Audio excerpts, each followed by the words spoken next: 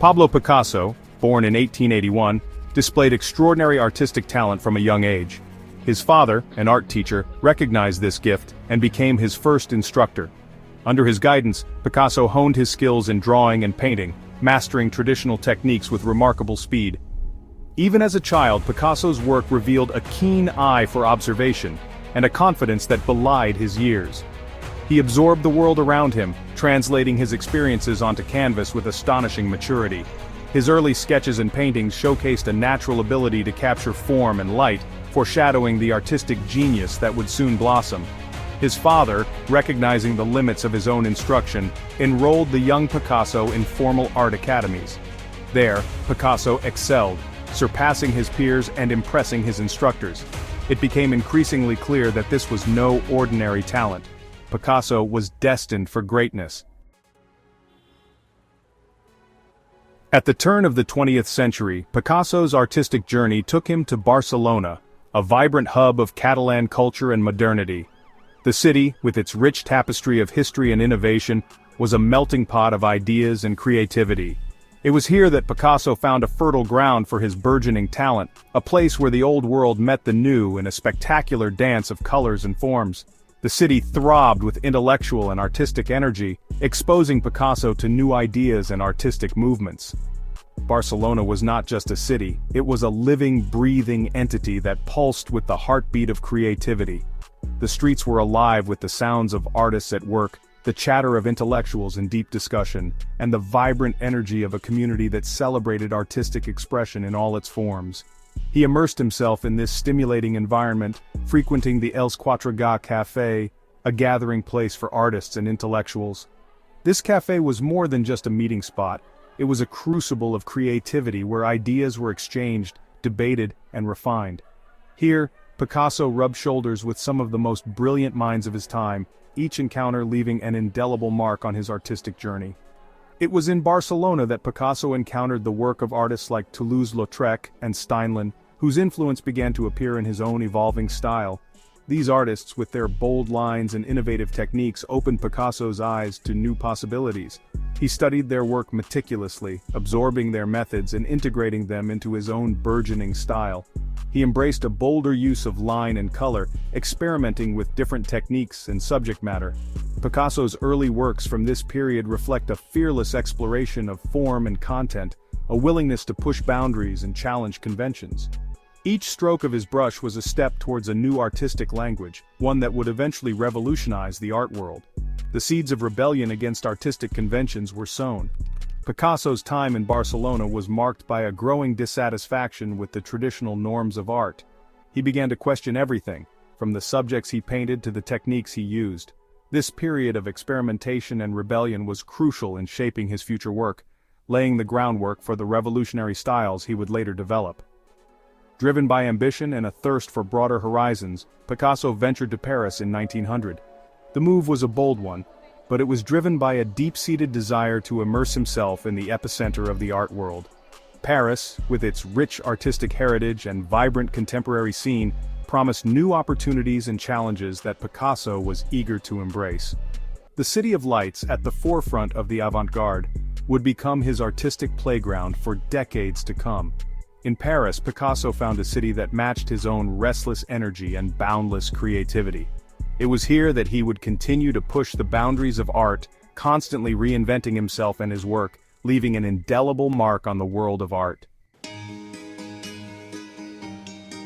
Picasso's arrival in Paris coincided with a period of personal turmoil and profound melancholy.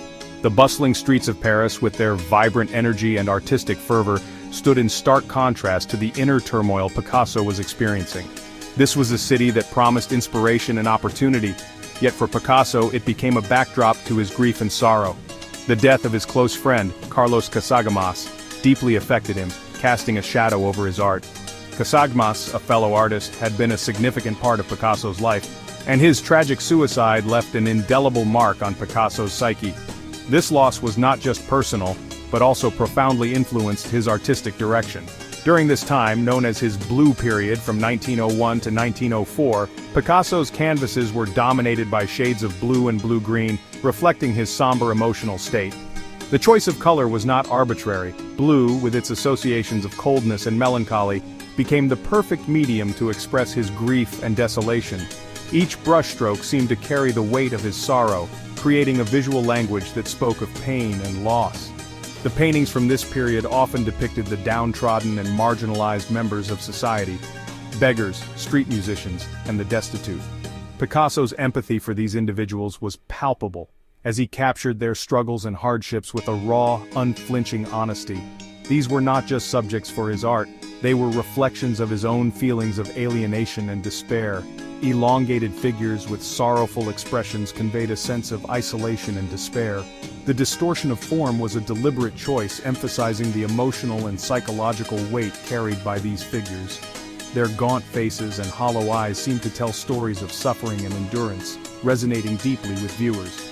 The monochromatic palette, with its cool, melancholic tones, heightened the emotional impact of these works.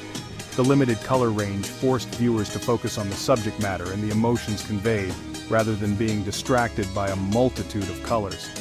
This stark simplicity made the themes of sorrow and hardship even more poignant. Through his art, Picasso gave voice to the voiceless, capturing the human condition in its rawest form. His paintings became a powerful commentary on the social issues of the time, highlighting the plight of those who were often overlooked and forgotten.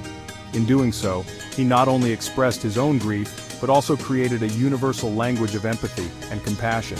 The Blue Period marked a significant departure from his earlier work, revealing a new depth of emotional expression and a growing awareness of social injustice. This phase of his career was a testament to his ability to transform personal pain into profound artistic statements, leaving a lasting impact on the world of art. Picasso's Blue Period remains a poignant reminder of the power of art to convey the deepest human emotions and to shine a light on the darker aspects of society.